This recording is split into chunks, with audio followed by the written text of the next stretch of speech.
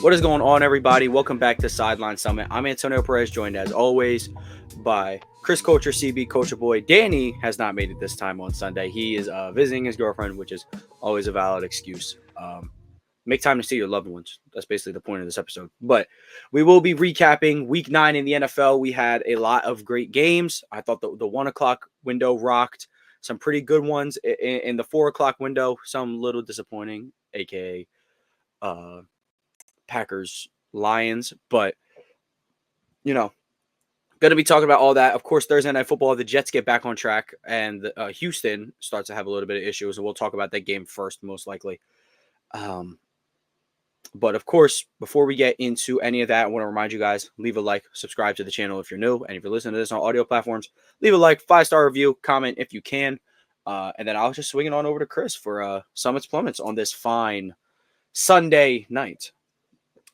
Summit is, I think I'm due 2 summits. One, the Lakers are playing good basketball, even though they're not undefeated, they're still playing really good basketball.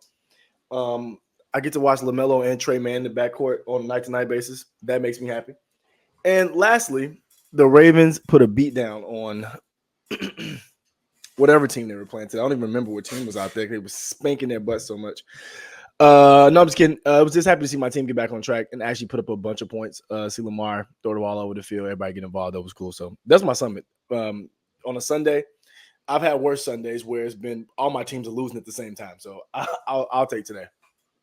Yeah, no, definitely. We'll, of course, talk a little bit about that Ravens game and their bounce back win. Bo Nix falling a little bit back down to reality. I would say my summit easily has been, of course, start to the Celtics season. They had a weekend sweep on the Hornets, but what I can say is love seeing LaMelo Ball play well. He just needs to stop getting in early foul trouble. While you have the intangibles on defense, you don't have the brain of your brother, so you're going to foul a lot. Tatum stepped up. Payne Pritchard had a couple nice games, which has been a very pleasant surprise at the start of the year. I have a true feeling that he could probably walk out of this season as the 4th or 5th highest scoring Celtic on the team, probably take Drew's spot on that, which is fine. Like, if I could put, like, Drew in, like, Carbonite and just release him in the playoffs, I'd do it because Tatum and Brown have finished with many 1 seeds before. It's just a matter of, the playoffs, so you really want to roll through that. Plummet, easily Penn State and Texas A&M, like absolute like disappointment. Penn State has a chance to tie the game. They just throw a screen or they throw it to Tyler Warren, who's one of the just flat out best players in college football, gets you all the way down to the 3-yard line. You run 4 plays from inside the 3. Not one of them involves giving the ball to Tyler Warren. Not a wildcat, not a handoff, not a reverse, not a little pitch, not even designing up a route for him. Absolutely disappointing. You lose at home to Ohio State once again. And while you'll probably still make the playoff because, it's 1 loss and you're a Big Ten team, you'll probably finish 2nd or 3rd in the Big Ten. You're probably just going to get in. It's severely disappointing because that's a game where, you hope to see, Drew Aller step up and be that level of quarterback, which to me, he hasn't shown that yet. And Texas A&M, they just simply go into South Carolina they just weren't prepared. That's what it seems like. They didn't play well. The game definitely got away from them in the second half, specifically 4th quarter. But in my humble offense, it's bothering me more now talking about it. But when I was watching it, I'm not thinking about football when I was watching. I'm not gonna lie, but yeah, that's what I say. But it didn't tarnish the weekend too much. It's just college football. That's why you have a couple different teams. And Temple didn't play this week to disappoint me. So and what do college kickers do? Miss. That is what they do. They go out there to just miss. On every single episode, you will see me wearing some kind of hat, whether it's a snapback, whether it's a dad style hat. I always got to have something to complete the outfit. And the only place where I get my hats is lids.com. Lids.com has so many different brands, and of course they have a bunch of different styles. Like I just said, it could be dad hat, snapback, it could be fitted, it could be Velcro back. Whatever you want, they got it. And with the NFL season coming up, I know you're going to want to rock and represent your favorite squad. Me personally, I'm a big Eagles guy, and I love this 47 brand throwback hat that I got from lids.com. Or if you're more of a snapback guy, I also got this NBA champions Boston Celtics new era cap from lids.com as well. If you like either of those hats and you feel like you want one to represent your squad, click the link in the description below. Whether it's New Era or 47, both links will take you right to lids.com. And the best thing about Lids, they always have some type of deal going on their website. So make sure you click that link and check out any deals they got going on at lids.com. But with that being said, we could probably start with the week 9 recap. We can start with Jets Texans, which you hit on your hot take of the week. You said the Jets would win. Let's talk about it. What did you see from the Jets that looked a little bit different than their past couple weeks, where I was personally the first person, like, I don't even know if I was ever on their bandwagon, but I was like certainly like, on the resistance side of things of pro Jets. So what did you see from the Jets that you think that happened in the Texas game that led to the win, and what can be sustainable for a potential run the table scenario, as Rodgers would say? Yeah, I mean, as weird as it may sound, because Aaron Rodgers had 3 touchdowns, I think the offense was less Aaron-centric, and it was more Breece Hall. So like I said, Garrett Wilson and Devontae Adams got loose for sure, but I think it was made off of the fact of how impressive Breece Hall is and how impressive he was. Like, out of the backfield, running the ball, he was getting 4 to 5 yards every touch, and I think this opened up everything else. So that's what I've been asking for, just to kind of build off of that and play off of that. Like, don't make it to where it's get to the line, do a quick slant every play just to keep getting the ball to the receivers. Like, play off of that good running game you have. A lot of teams don't even have that luxury, and you do. And I think they were kind of running away from it in a sense. So that's kind of just what I've seen. And I think that if they can keep this rolling, they damn near can run the table. Like I said, that offense is dangerous, and that defense has playmaker after playmaker after playmaker everywhere. And Sauce Gardner hasn't even been good this year, really. Like, well, good for Sauce Gardner, as far as what he's been. So I think they can definitely, if the offense can keep it up, I think they definitely can get some wins, string some wins in a row. Like I said, I think the defense can be really good.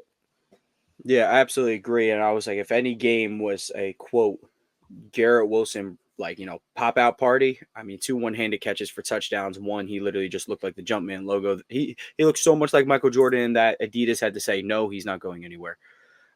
So he played absolutely great. I do agree. There was a lot of play action. I really like that. Aaron did drop back 32 times, but it's a lot of play action. Breece Hall obviously set that up with the 15 carries, 74 yards. And they got him involved in the pass game a little bit, 2 catches there as well. But I actually like to see him get more catches out of the backfield. But when you have Wilson and Adams, like, it's tempting. You got to go downfield. I totally get it.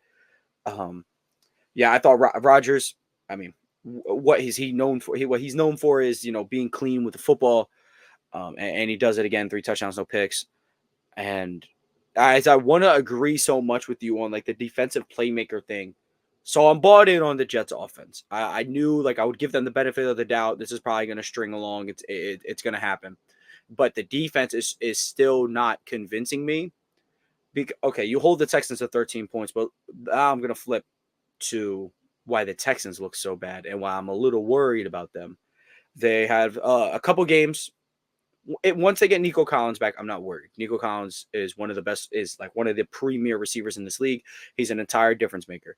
But Diggs is going to be down. You'll have Nico Collins back, and the offense is going to look a little bit more like last year, but you have a better run game, which Bobby Slowick seems to not want to rely on, which I really think he should. But they get really one-dimensional because you make the play calling one-dimensional.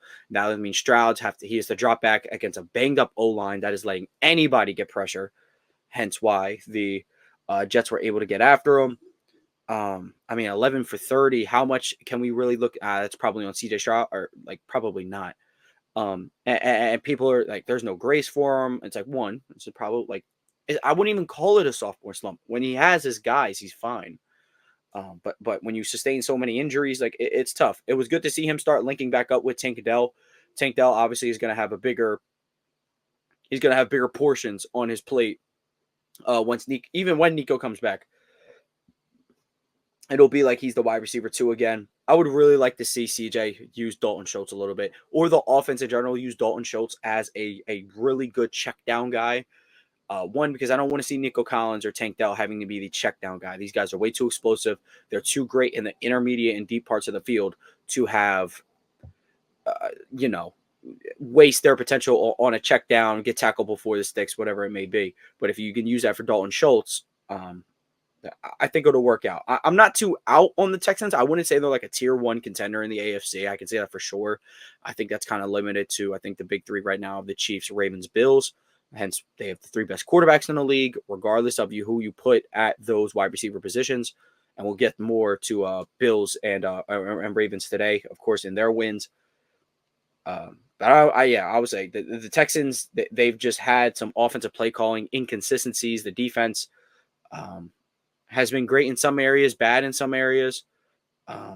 But I think once they get healthy, maybe we can give them a little bit more fair judgment. But as of right now, they haven't looked great. I'll say that they're not the team that people were expecting heading into the year. So I don't know. Did you have any thoughts on the Texans in general or the game? They just look depleted, and I think the main thing is what you said. They got to rely on Joe Mixon a little more, especially while he's been hot. So I think you kind of rely on him a little more, take a little bit of pressure off CJ Stroud, and kind of let Tank Dell get loose. So I agree with what you said for real, but it's just tough because injuries suck, man. And it was like week after week, like a week or two apart. Nico and Stephon Diggs going down. That's just rough. Yeah. So I guess the 1:00 game we can start with is actually a game I didn't catch too much of. I kind of caught a lot of the fourth quarter of this one. Was Titans Patriots, and I don't know how much of you caught this one. The Titans, the offense with Mason Rudolph in there, it's gonna kind of look like just any other vet in there. I mean, they dropped back 33 times with Mason Rudolph. But they also gave Tony Pollard 28 carries. So this is a very balanced game. I guess that's what you want. I mean, the Titans' aspirations right now aren't like phenomenal. Their how should I put this? Audition quarterback Will Levis hasn't necessarily played well when he played. Mason Rudolph has taken the reins the past couple weeks, and they get I guess you could say a clutch win against the Patriots as they went to overtime. So shout out to them. I mean, big game from Pollard. But we're really here to talk about Drake May, who had one of the sickest touchdowns you'll see all year with the 12-yard scramble. But he did have 2 interceptions. And I will say this game was very, like last week, Caleb-esque. Where for most of the game, a little bit better than Caleb. I thought it was fine for most of the game. But when it got to that final drive, like kind of like Caleb against the Commanders, the Drake May, the final drive, he's using his legs. He's, making the easy throws. He's hitting the deep throws. Like he was doing absolutely everything. And I would say you were saying before we started recording, you were like Drake May. He's like, he's sneaky elite. Now, of course, we have to get past the boneheaded stuff, like the overthrown touchdowns and the really really bad interceptions that you're going to see out of him. But what have you liked? I mean, Drake May has now made, I believe, 4 starts, right? 4 start. Yeah. What do you see from him so far? Just the bones are there. And that's what I meant by sneaky elite. We were talking before, like, I know he's not elite. Yeah, I'm trolling with that, but he has the bones to be. Like, obviously, we knew the size and arm strength. Like, we knew he had the tools, but just seeing him out there, even with the mistakes he's making, I think he's showing that he can be a pretty good quarterback in the NFL. So that's all I want to see, especially with the offense that he has right now. It's not crazy. It's not like he came in there with Jaden Daniels weapons, Caleb Williams. He didn't come in with that. So I just want to see him, put it together for a couple games. Like I said, this 4-game stretch has been pretty impressive to me. So I just think he needs to keep building, and hopefully they can keep putting points on the board. But yeah, and I think the coolest part is he's been quote unquote Superman-ish early on. So then hopefully when he gets better weapons on offense, better options, then he'll be able to kind of pull that cape out every once in a while, kind of like a lot of other great quarterbacks do. So I think it's been cool to see him just kind of work through those little progressions with what he has right now. Yeah, absolutely. I 100% agree. I mean, we're watching the start of what I think is going to be a great career, and obviously, the great ones have a couple screws loose up there, like for better or worse. Allen, Lamar has a couple screws loose for as many times as he just refuses to slide. I think Drake May gets it from him. The great ones have a couple of screws loose, but I think May's got it. I really do. But we'll continue to see how it plays out. How the rest of the season goes, obviously. But we can go to the next rookie quarterback in the 1:00 slate. It was Commanders Giants, a little too close for comfort. for the Commanders. They were in dominance of this game. Let's not get it wrong, but they let up a late touchdown to Theo Johnson, and then you got to put together like a real drive to shave the clock or whatever it may be.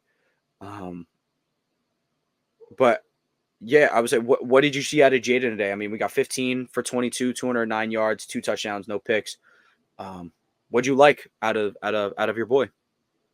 And dude, just I'm just waiting for the game where it's like, all right, it's all right. He just had a bad game, but and I mean he hasn't played elite every game, but I mean he's been good pretty much every game, and good meaning like some games he has to do a lot more, some games he just does less. And I think the cool part is a young quarterback being cool with that, like just going out there doing what they need to do to win, like not only got 140 yards passing right now. Let me start throwing bombs. And I know it's not just on him; it's on offensive coordinators. I know it's on the team.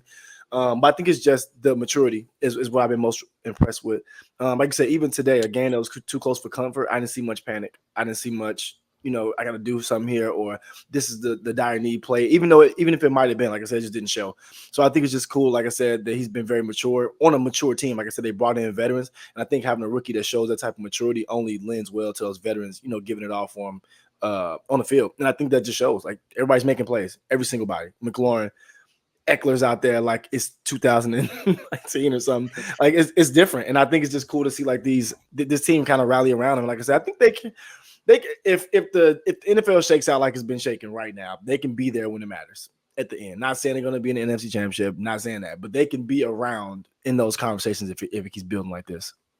I absolutely agree. I love the way you described it. It's a like a nearly unshakable presence from Jaden Daniels, and that wasn't there at LSU, but it's there now. Better late than never, right? And they're running through some highlights on the screen, and it kind of reminded me of one.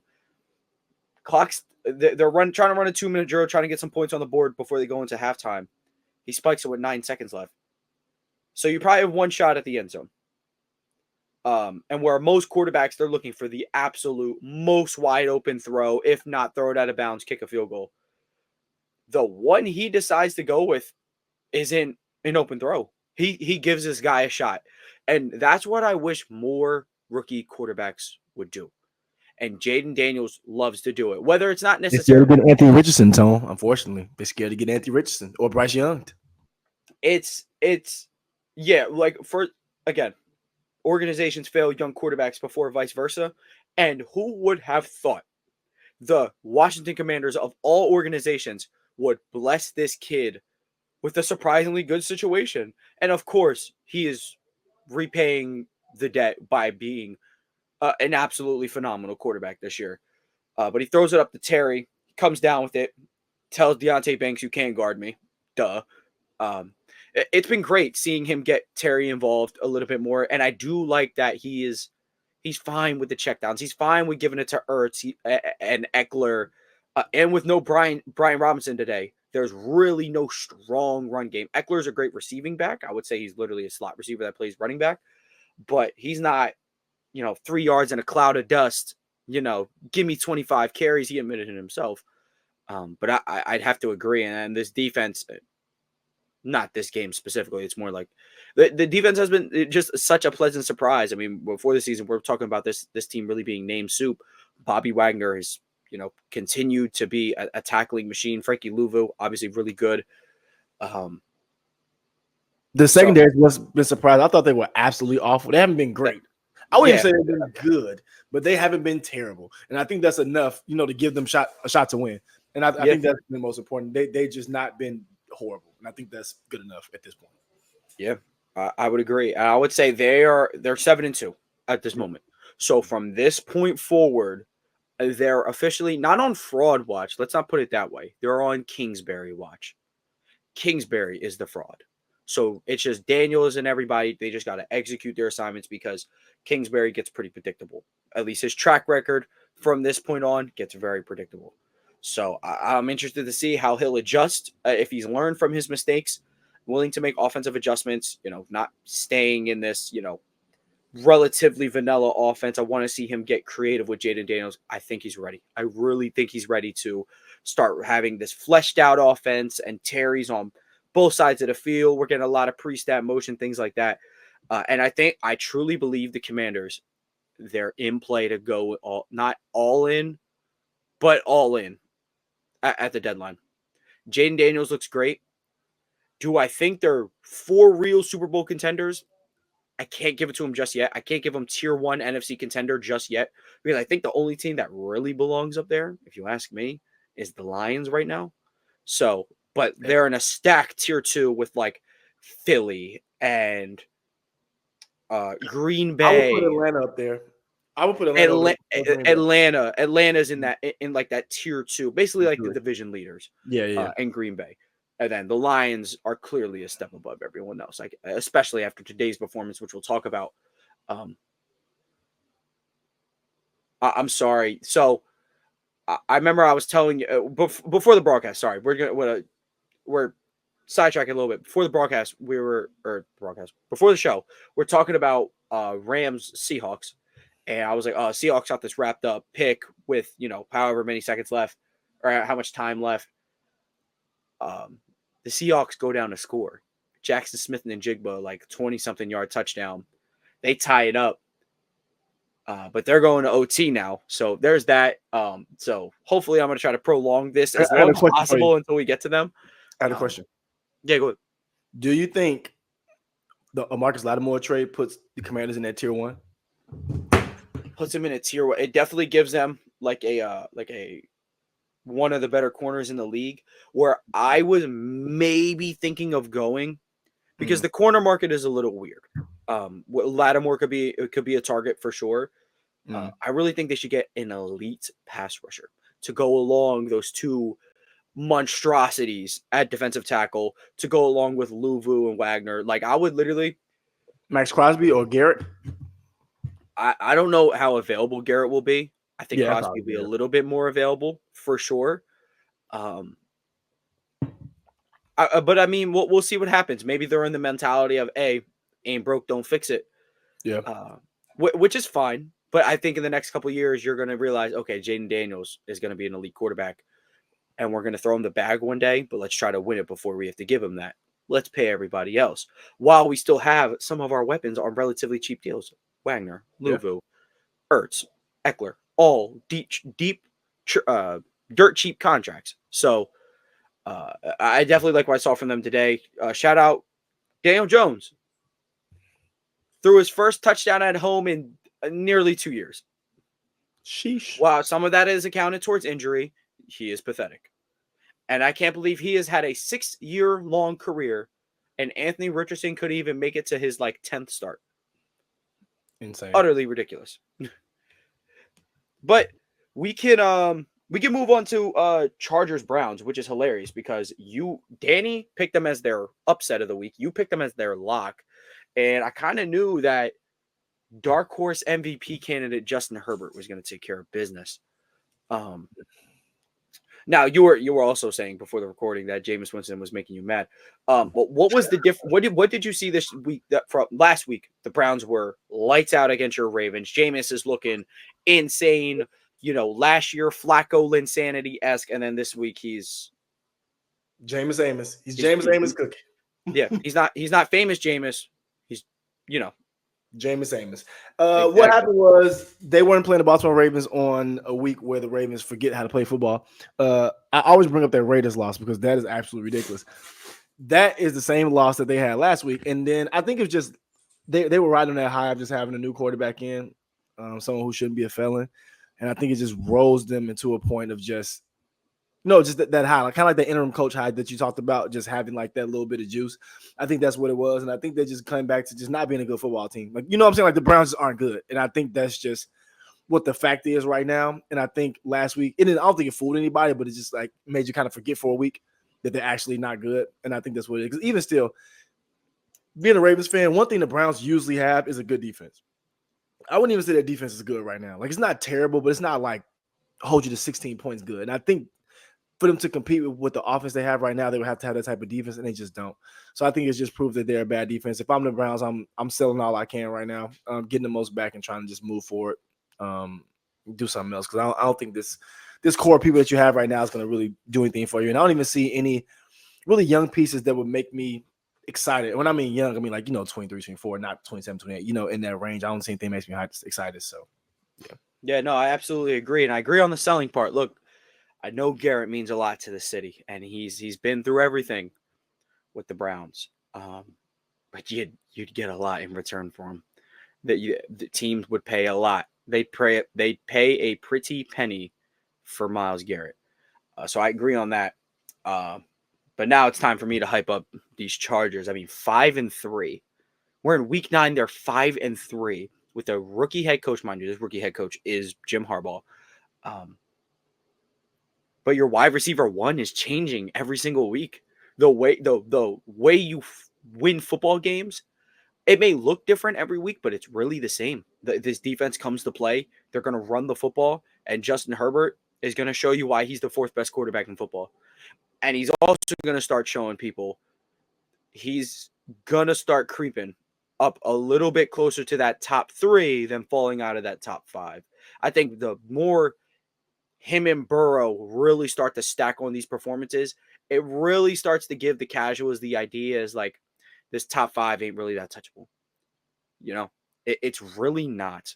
Like when Peyton Manning made his top 5 list of, no order, Mahomes, Allen, Lamar, Burrow, Herbert, people were like, oh, what has Herbert done?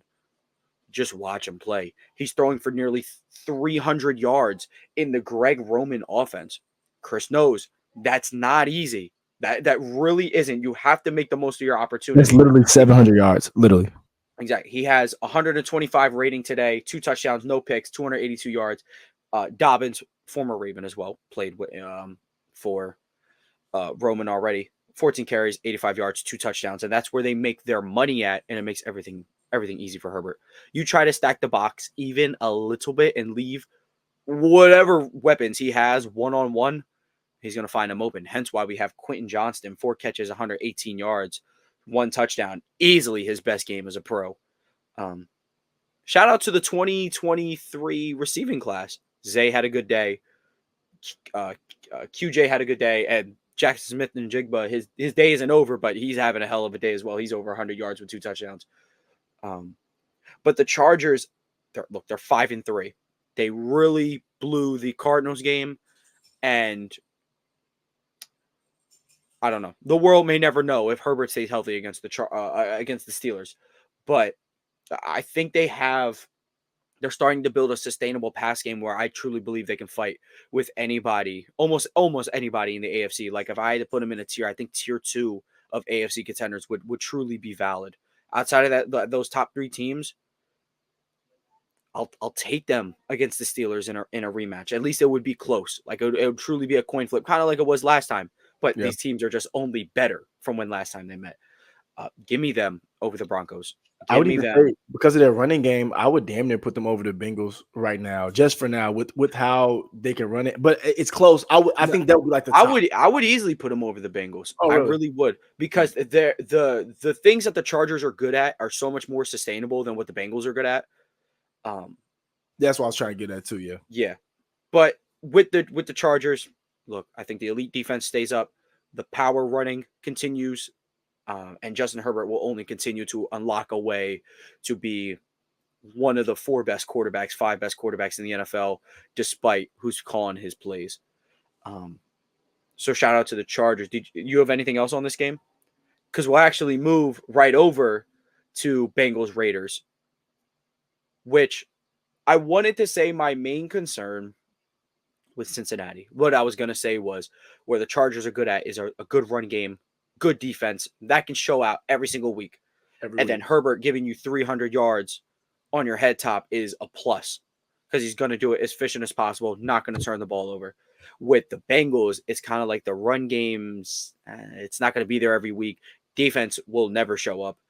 And the way they're going to beat you is Joe Burrow, putting on masterclass after masterclass. And while that's fine against the Raiders, that's fine against the Titans, the Browns.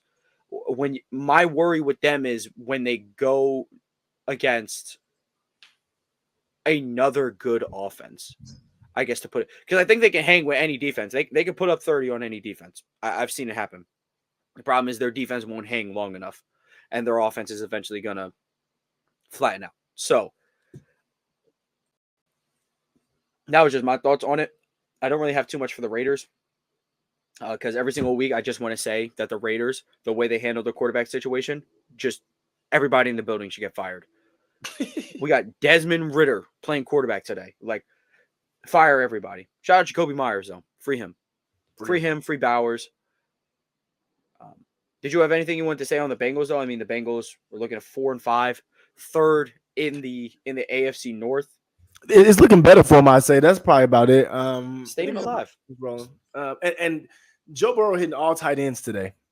On his touchdown passes was cool to see, like I said, because I'm thinking if it's 3 touchdown passes, you think Jamar Chase, T. Higgins has 1, and it was all tight ends. I think that just goes to the versatility of Joe Burrow. I wouldn't even say the offense; it's just him. He finds people, he does, and he's very accurate. So if they can keep stacking, and maybe we can talk about him in a couple weeks. But 4-5, if they get to 7-5, then I think we might be talking about something. But they drop any of these next 3 before getting to that point. I think it might be ugly.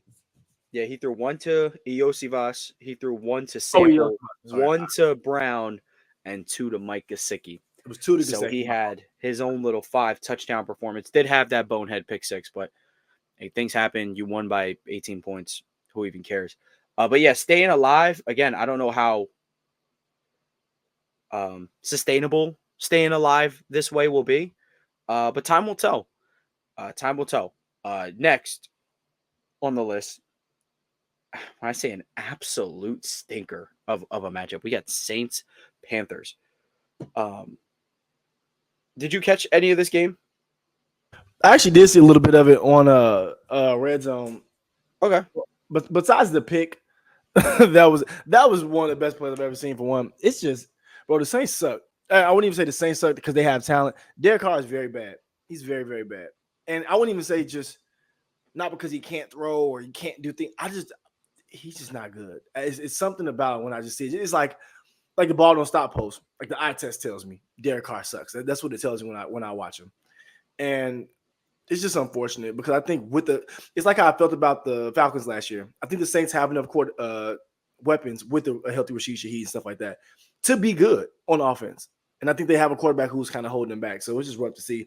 I'm happy Bryce Young got his first W because I think the Panthers just flat out have been hating on him overall. Yes, he's played bad. He's had bad outings. But let's be for real. Y'all not looking to be good in the next 3-4 years at best anyway. So you might as well let him play through those mistakes. So I was happy to see him get a W after not having one in a long time. Yeah, no, absolutely. I agree. And Chuba Hubbard to me is like Kyron Williams in that sense of he doesn't get talked about enough, but he's, first of all, rush receiving demon. He scores all the time. He's the one consistent thing you can count on this Panthers team. So I just want to shout out to Chuba Hubbard because every week I'm looking up, he's having a pretty good game, or he's having an impactful play. He's doing something. So shout out Chuba Hubbard. Yeah. I did want to say this about the Saints.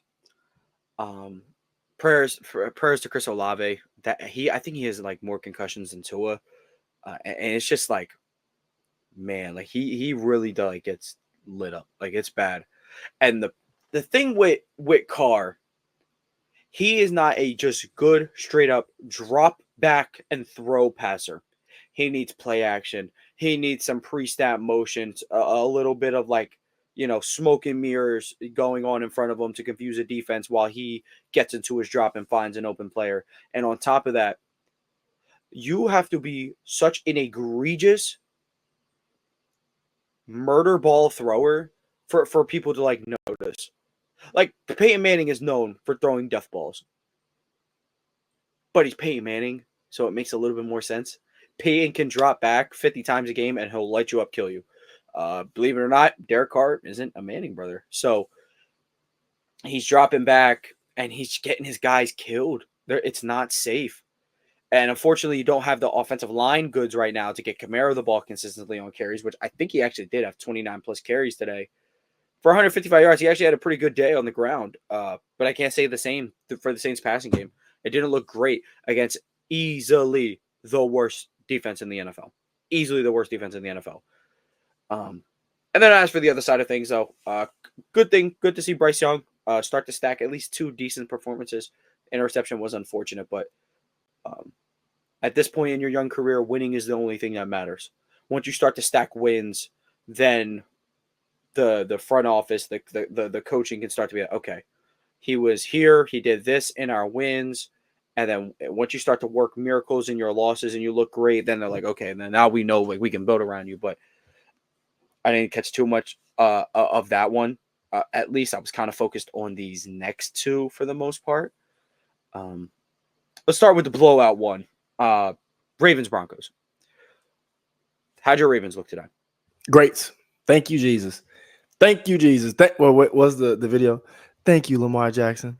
Please save us, Lamar Jackson. But the crazy part is, I'm just trolling with that because even though Lamar had a great game, bro, it's everybody.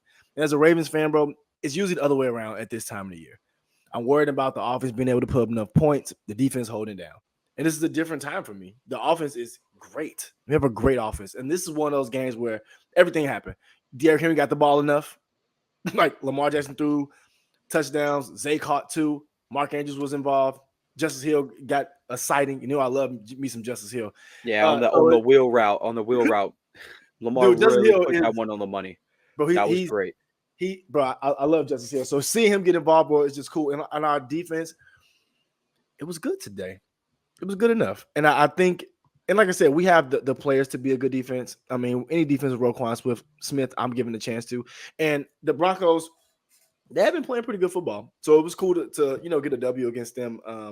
I think Bo Nix he played a Ravens defense that has something to prove after all the talk, I think. And I think they took their chance to try to prove it on the Broncos because it's an easier team to do it against than if you're playing the Bengals or Chiefs, something like that. So I think it was just a little bit of both, kind of catching them at the right time and having like a chip on our shoulder prove it game. I think the end score showed that. So I think it's just something to build on. The weeks will get easier for the Ravens for sure. So I think this is one of those where hopefully you can build on this 41-point game, a 31-point win, and just stack some more games. Like Lamar said at the end, this don't mean nothing yet.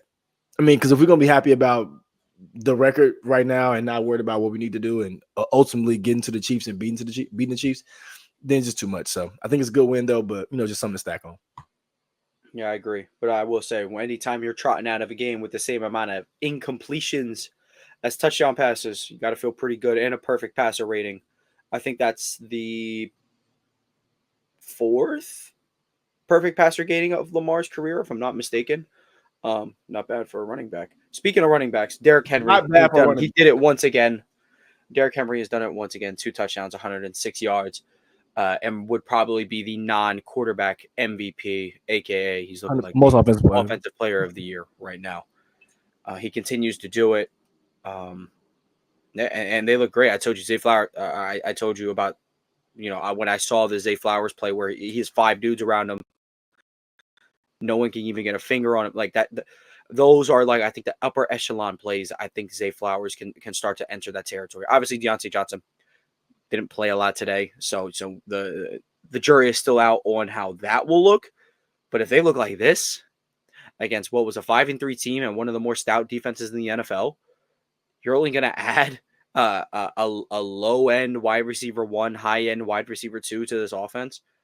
I mean, the sky's the limit. Like this would be the year. Of course, you had the good thing about the Ravens is they would have these dumb losses, like super dumb loss, like the one to the Browns this week.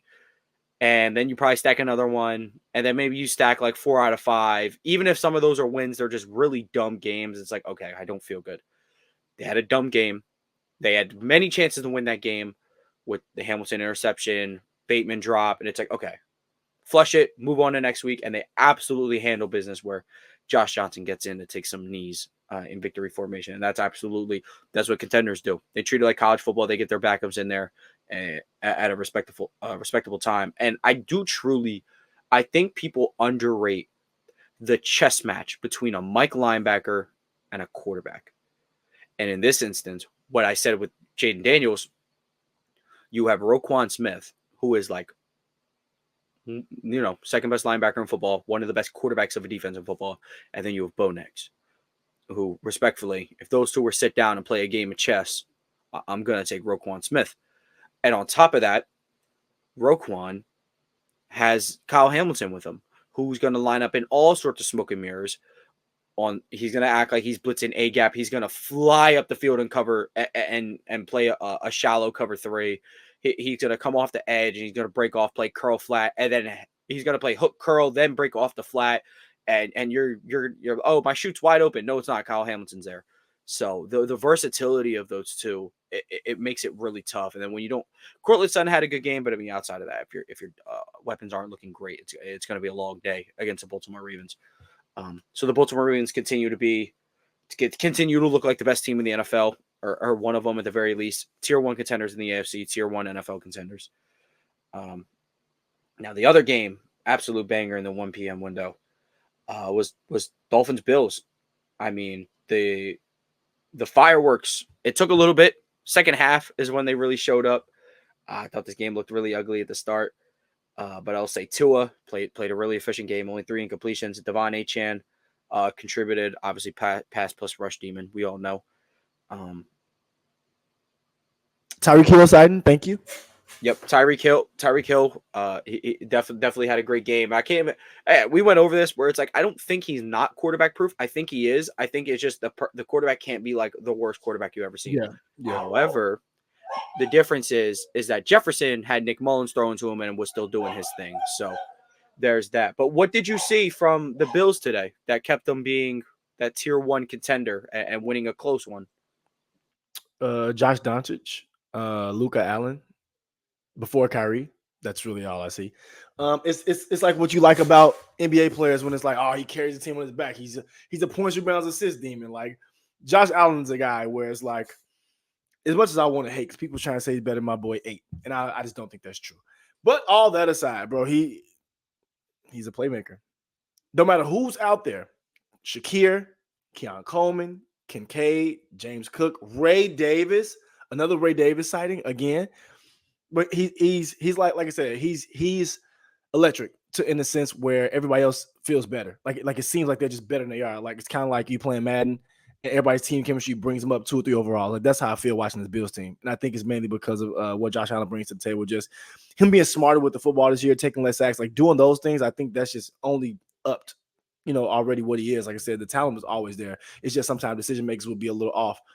And I think that's been better this year. And obviously you can tell by the record and how well they've been playing. So tip my hat to Josh Allen. If there's any MVP, not named Lamar Jackson, is him, in my opinion. So yeah, I think it's just more of that. He's had an MVP day. Like he's the most valuable player, I think, in the NFL. It's kind of like the year when Dwight and Derrick Rose won it. I think Derrick Rose was like the best player, but I think Dwight was the most valuable to it. So I wouldn't be mad at MVP like this. Josh Allen getting it because he's the most valuable player, even though I think Lamar's been the best football player in the NFL this year.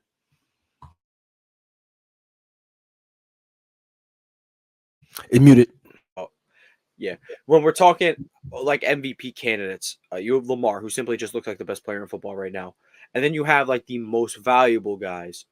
That's where I think Allen and Herbert are right now, because with the offense that they're surrounded with currently, it ain't great. And yet they're still walking out of here with gaudy numbers and wins on top of it, which is winning is the only thing that matters, to be entirely honest. So those two, I would probably like my ballot personally. It would be some order of, and I really do believe this: Lamar, Allen, Herbert. I think Herbert, while the first couple weeks weren't hot, he wasn't throwing for 200 yards. It took an adjustment period to find his groove in a Roman offense. Now that he's there, I think he's got a great shot at MVP, especially if he can somehow, some way win this division. I think he'll just walk home with it. But however, I don't sense voter fatigue coming for Lamar Jackson, so we might have MV3 on the way, which is crazy considering he doesn't even have 3 playoff wins. But anyway, but for the Dolphins, though, I do want to say, I think it's time to kick Jalen Waddle out of some Devontae Smith talks. That's what I have to say. Oh, I don't know why he was in there. Maybe just because he is a wide receiver too. And I like Jalen Waddle. Let's not get it messed up. But Devontae Smith is wide receiver 1. That happens to be on the same team as AJ Brown. Let's just call it what that is. Jalen Waddle at best is a number 2. And not even, like I said, I like Jalen Waddle. But if he's in those conversations, those people shouldn't have mouths to talk. Yeah. So I would say if okay, so the Dolphins now sit at 2-6. Is their season over? Yes. Okay. Yes, I agree. Last game from the 1:00 window that I actually didn't watch too much of was Cowboys Falcons. It looks a little closer. It looks a little closer on paper. It's not really what happened. No, it wasn't close. But yeah. You know what it was? It was what I was saying, Tone. It was Kirk Cousins doing what I said. Last year I was saying I wanted the Falcons to get Justin Fields or Kirk Cousins. I wanted them to get 1 or 2. The reason why Kirk Cousins is all right. Y'all good. Bijan's good. Drake London's good. Even though I got out. Darnell Mooney, y'all go catch the ball. Here it is. Here's your chance. Like, he's going to give them the opportunity to go make the plays, and they're doing it right now. Kyle Pitts, couple big plays. Ray McLeod getting involved. It's just the Falcons are a really good football team. They're really, really good, in my opinion. Their defense is real. Their secondary is really good. If they can get some pass pressure, some pressure on the quarterback, they would be different. that defense would be different. I think they have pretty solid linebackers as far as speed goes, and they make plays when they need to. On the side, that's why I like what the Falcons look like. The Cowboys need to just pack it in. This season's pretty much done. It might have been done last week. McCarthy should be. I wouldn't let it go on the plane. I wouldn't have. He would have got a Robert Saleh treatment. I'd have wanted to put hey brother, your things are already packed. You got to get up out of here and take Dak with you, damn near. And I love Dak. I want to not love Dak, but I think Dak needs to be freed from this because they put him in no position to succeed. Now, like I said, he hasn't played great, but there's no position to succeed. He doesn't give it a chance to get the ball to CeeDee Lamb. He doesn't even have the opportunity to. Jake Ferguson can get it out to him because it's quick ones. He has no time. And like I said, he can play better for sure. No running game, no wide receiver 2 or 3. GG.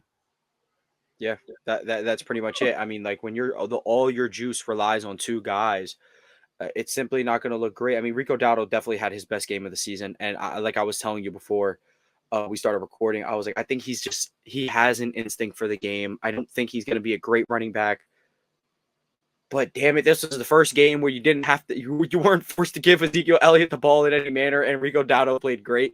So I think he should probably get a couple more touches, and he had that phenomenal touchdown catch today. I would never count the Cowboys down and out just because they do get to play the Giants, and they are probably bound to split the Eagles because the Eagles do have CTE, but it's looking rough. But as for the Falcons, when you're sitting at 6-3 and you're in a great position to have a home playoff game, I don't know about that 1 seed because the Lions are slowly but surely separating themselves from everyone else, but another great win for the Falcons. Kirk Cousins looks great. When he's not pressured, he will show you top 10 quarterback things just when he's not pressured, though. When he is pressured, it reminds you why he's not. It all depends how you handle the pressure. But that's all the games from the 1 o'clock window. We can get into this short but nice 4 o'clock window. I do want to start with this Rams-Seattle game because now we have in the NFC West, the Cardinals are first place at 5-4. The Rams are now second place at 4-4 with the tiebreaker over the third place Niners, and the Seahawks are last at 4-5. Who would have thought? The Rams, I mean, they lose Puka early to a bogus punch that he threw. So you're going without your wide receiver 1 all day. And where do you go once Puka gets kicked out? You go to Kyren Williams, you go to Cooper Kupp, and Lord knows you go to Demarcus Robinson From for Puka a to Cooper. one-handed walk-off touchdown to win the game. I think he now has 4 touchdowns within the last 2 games. Slowly but surely coming a great weapon for Stafford, who, when you have Stafford and at least one of Kupp or Puka, I really like their chances and their defense. Granted, Seattle isn't like Seattle's juice, don't get me wrong, but they're kind of like not popping off the page with their points per game. I will say Geno, 363 yards, 3 touchdowns, 3 picks, though, and some ugly picks at that. One, they got returned and essentially cost them the game in hindsight. But Jackson Smith-Njigba, easily his best game as a pro. 7 catches, 180 yards, 2 touchdowns. The class of 2023 took it very personal today, I guess you could say. We're going to find out in a little bit if Jordan Addison's going to take it personal as well, but I'm not sure if he's playing. I don't believe he's hurt, but yeah, I mean, what are your thoughts on the Lions? I mean, they're looking at second place in the division. They're 4-4. They're getting healthy at the right time. What's the ceiling on this Rams team that, when healthy, has gone toe-to-toe with some of our NFC contenders? I really don't know, man. I don't know. It's like every week I just get confused. Like I look at him, it's like, maybe they can be. But then I'm like, are they just doing this just because of this? Like, it seems like it's always a reason for it. You know, and I feel like the more reasons you give a team that they're doing good, it's like, they're really good. But I think they could be good though. So it's like I don't know. But I want to see them at full strength. I mean, every team wants to be at full strength, obviously. But like you said, I think they're one of those irritating teams where if your team plays them in the first round, like or in a wild card game, you're gonna be pissed because that's the team that'll beat you. Like they'll just end up beating you 20-13, something weird like that. And you just be pissed because now your season's over. I think the Rams qualify for one of those teams this year to where it's like I don't know right now, but in 3 or 4 weeks, if they're 8-4 in 3 or 4 weeks, I wouldn't be surprised. But if they're 4-8, I wouldn't necessarily be like, oh, I can't believe the Rams fall off a cliff. So it's like I don't know, but I think they're a gamer type of team. Like they're gonna play up to their opponents, and I think that's one thing I can respect. Yeah, I would definitely agree on the play to their opponent thing because they trotted out there, I believe, no Puka, I don't think Cup either, and beat the Niners. Like with Matt Stafford and Sean McVay, you can do anything. I truly believe that. I mean, as for Seattle, I wasn't a fan of them coming into the year. Not a fan of them now. Gino has been looking worse week to week. I thought through the first couple of weeks of the season he was playing some high end top five esque football, and he's getting away from it because he's turning the ball over. This is very uncharacteristic of him. Your traits are you're one of the most accurate quarterbacks in the NFL, and you don't give the ball to the other team. But both of those haven't been showing up. So good win for the Rams, and now we're halfway through the year. So now we'll start to the jury will start to be out a little bit more. To the other AFC West team, as much as I want to gloat on the Cardinals, they had a great run game today. Kyler didn't even have to be Superman, not even close. He didn't even have to have a strong running attack. The Cardinals defense absolutely manhandled the Bears. And it gets to a point where it's not even a little, it's disappointing, like flat out. This team is now 4-4. They were 4-2 heading into the bye, where the Caleb Williams seemingly has figured everything out. They're going to come out of the bye swinging, and they dropped 2, just like that. 2 teams they probably shouldn't have lost to, or in the situations you found yourself in with the Commanders, you shouldn't have lost. You really shouldn't have lost this one, but you get absolutely stomped. What do you think needs to change for Chicago to start to live up to these playoff level team expectations? And what does Caleb need to change, specifically himself? Whether it's, his fault or not his fault, whatever that may be. Send Eberflus to infinity and beyond. That's where you start. You send him as far as out there as you can. Maybe you know what? Send him to Kazakhstan if you want. Send him somewhere far away from this football team. And I'm not even to blame the coach type of players. Like I said, players have to play, but damn. And the problem is that it's no consistency over there, dude. I said it last week we were on. I'm like, bro, I don't know if Caleb's gonna have to be Patrick Mahomes or it's gonna have to be Carson Wentz. And it's not a shot at Carson Wentz, but it's more like the older Carson Wentz, not prime, like where he's just managing the game.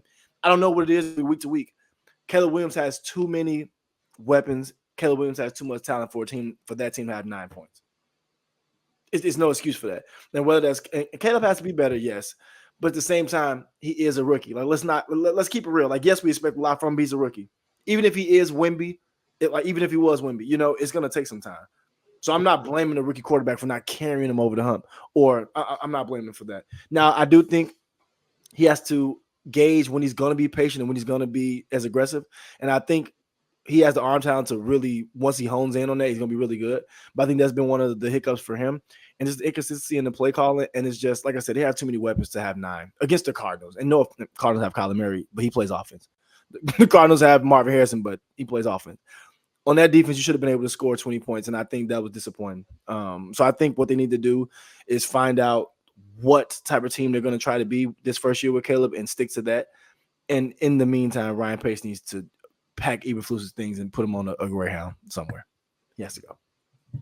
Yeah, I mean, I would agree. I mean, first and foremost, it starts with the play calling. Absolutely. And then from there, I would Caleb. You got to know who you want to be when at certain times. If it involves getting the ball out quicker, if it involves, I don't know, more hero ball, whatever it may be. I guess one thing I can say I did like from them, Rome Odunze, very much involved. I really think he needs to be one of the top 3 mainstays of the offense, or like a top 2 weapon when it comes to Caleb. I think it goes DJ, then Rome. I believe that at that point, because he's been great when targeted. So I think that's kind of the make or break in Chicago. Going on to other NFC North teams, the Lions, while only in a 10-point win, seemingly handled Green Bay today. Jordan Love played a pretty nasty game of football. I believe he had a fumble and then an egregious interception. And then for the Lions, Goff only has to throw for 145 yards, but the gang takes care of everything else. Gibbs and Montgomery, they do their thing. Amon-Ra St. Brown with a touchdown, 56 yards receiving. I guess we can start with the Packers. Because how you're confused about the Rams, I'm starting to get confused about Green Bay. Because when Jordan Love is on his game, I'm looking at a grade A contender. I really believe I am. I think their defense has stepped it up over the past couple of weeks, and I start to think that's being a little bit more sustainable. Even today, you hold the Lions to 24 points, and they got up on you. It was 17-3 at halftime, so you only allowed 7 second-half points. So the defense is capable of making adjustments, getting stops when need be. This offense, why is there so much talent on this offense that you can't figure something out? You have Aaron Jones, or you have Josh Jacobs, obviously Jordan Love, Jaden Reed, Christian Watson, Romeo Doubs, Dontavian Wicks, Tucker Kraft. It just doesn't make sense to me that Jordan Love can't bring his A game every single week. And he is still young, so it is okay.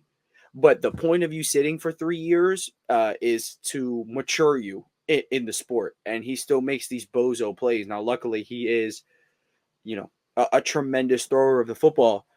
I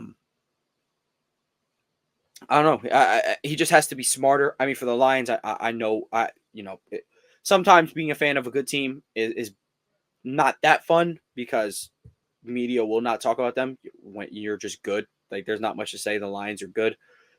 Super Bowl contenders, if not the Super Bowl favorite as it stands. As for the Packers, Jordan Love just needs to start being a little bit more consistent before I can probably say, NFC Championship, Super Bowl appearance for the Packers. Do you have anything else you want to add on about Green Bay? No, dude. I think what you said. I just don't know with them. I just don't know. Yeah. And I've never really been a Jordan Love believer. I want him to do good, but it's like obviously I never seen it because I didn't see much of it because he was sitting for so long. But I think your point is what stands. It's like, bro, since you sat that long, you're supposed to like bro, just jump out the gates and be ready. And he showed flashes of that for sure, but it's just the consistency side.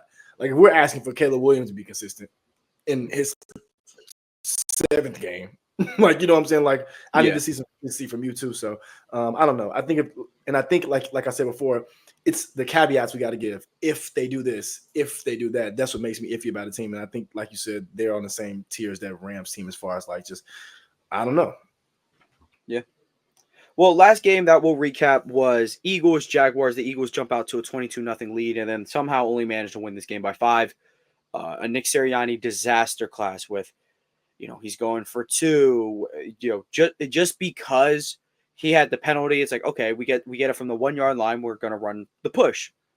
And it gets stopped, which I don't really like the call because they didn't go from like the angle that would have shown that Hurts was in. Whatever. You forget about it. Now you're going for 2 again, just cuz. And you get the push stopped again. And then you're 4th and 1 in your own territory.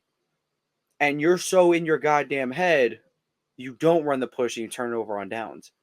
So it's he's not finding his balance once again of conservative and aggressive. But if I did have to say, I can name off the 5 bizarre things that happened in this game, and there's just no reason why this game was close.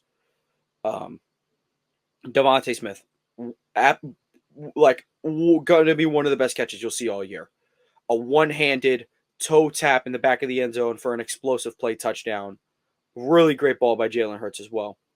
You'll have Saquon Barkley, stiff arming, and then a spin move, and then the first 180 hurdle the world has ever seen. You'll have Jahan Dotson making a catch which is bizarre in its own. It was a great play. Bobbled up in the air. He came down with it.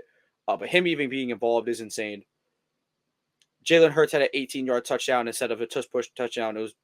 He looks really good back. He looks like he's really back with his legs. And then you have a 3rd and 17 draw play that Saquon Barkley takes to the crib. All those great things happened in this game. Oh, I didn't even mention Nakobe Dean game-winning interception. Mind you, not a great coverage linebacker at all. Hangs with Dearness Johnson all the way to the end zone. Lawrence throws a jump ball. Dean comes down with it, saves the day from an absolutely Nick Sirianni masterpiece of dog crap, as Will Hardy would say. So, for the Jaguars, look, unfortunately, because you have that coach, your season is over. But I have faith in you guys next year. Know that I will be there. But as for the Eagles, they're 6-2. They are arguably the second best team in the conference. Third, maybe. I guess you have to give the Commanders literally are the head of their own division, while having the 7 wins. Once they meet, it's going to be great. It's going to be a team that essentially makes no mistakes and finds wins, and a team that will make all the mistakes in the world and still find wins. Yep. So, anything to say about Eagles, Jags, or Eagles in general, whatever it may be? Just a better team. That's what today was. Eagles just a better team than Jaguars, just all the way around. Every position group, just everywhere. I would give them the edge. I think it just shows today. Like I said, Saquon Barkley is top 2. He's not 3. He's top 2. Him and Derek this year are top 2. And I've always loved Saquon Barkley out of Penn State. If I'm keeping it a buck with you, and I think what separates him, even I'd say, and this is from a Ravens fan, obviously y'all know, what Saquon can do catching the ball. What makes him special. That's why I'm a big fan of Bijan. Some people are rush receiving merchants. Those dudes are rush receiving demons because they literally can take a pass behind the line of scrimmage and take it 20 yards. And I think that's what makes him special. That's what adds the next extra element to this team. And I think it makes him kind of like your wide receiver 3 damn near to an extent. He can kind of be your wide receiver 3, and it's terrifying when he's come out the backfield because you have Jalen Hurts with his mobile ability, and you still got to deal with 2 wide receiver 1s. So I think it's just a better team playing against a team that's not as good. Yeah. And the thing with Saquon, especially on the wheel route that he ran today, he caught the touchdown, it's going to get lined up with slot receivers, linebackers, and Jalen Hurts, I will stand on it, is the best deep sideline thrower in the NFL. He knows how to put it in the basket. And Saquon, even if your hands aren't spectacular, just trust. Just trust. Hurts and Lamar had a great wheel route throw to their backs today. And that's one thing we'll always stand on, is that we got these elite running back, quarterback duos. I'm always going to ride for Derrick Henry. I know you got Saquon. But what I was saying about the Saquon play where he breaks the tackle, spin move, hurdle, how many running backs in NFL history can pull that whole sequence off? Barry, Bijan, Saquon. Stiff arm, into a spin move, into a 180 hurdle. Maybe Jimmy Gibbs. Barry, Bijan, Saquon, Earl Campbell. Can Barry Sanders get up like that? Yes. I think Barry Sanders is probably one of the most athletic running backs ever. And he got the same Saquon build. The Barry would probably just handle the situation differently. He would he wouldn't have hurdled dude. He probably just would have shook him out his boots. That's true. But granted, Saquon having a great game. He had a fumble. It's so bogus. He didn't fumble. He was down by contact. But I won't let that ruin his night. He made Shady McCoy night an absolute rocking game. His first game in Midnight Green or in Kelly Green could not have gone better. And I'm very happy that he's on my football team. Again, not sure what I did to deserve this, but he's there, and I'm proud. Offensive Player of the Year race is heating up between Henry and Barkley. I believe, actually, Barkley is now only the 3rd running back in Eagles history to eclipse 1,000 scrimmage yards through the first 9 weeks. The other 2 guys, Brian Westbrook and LaShawn McCoy. I'd say that's pretty good. Demon. I'd say that's real good company. But yeah, we had Brian Westbrook and Brian Dawkins on your team. Imagine.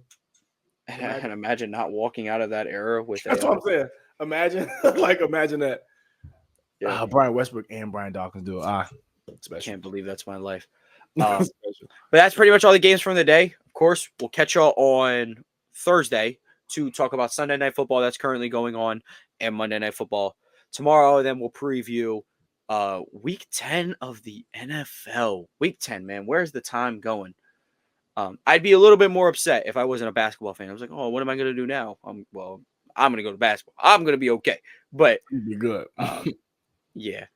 But from AP New Freezer, Culture by Migos, and then next time, DC Comics. Thank you guys for tuning in, and we'll catch you guys on Thursday.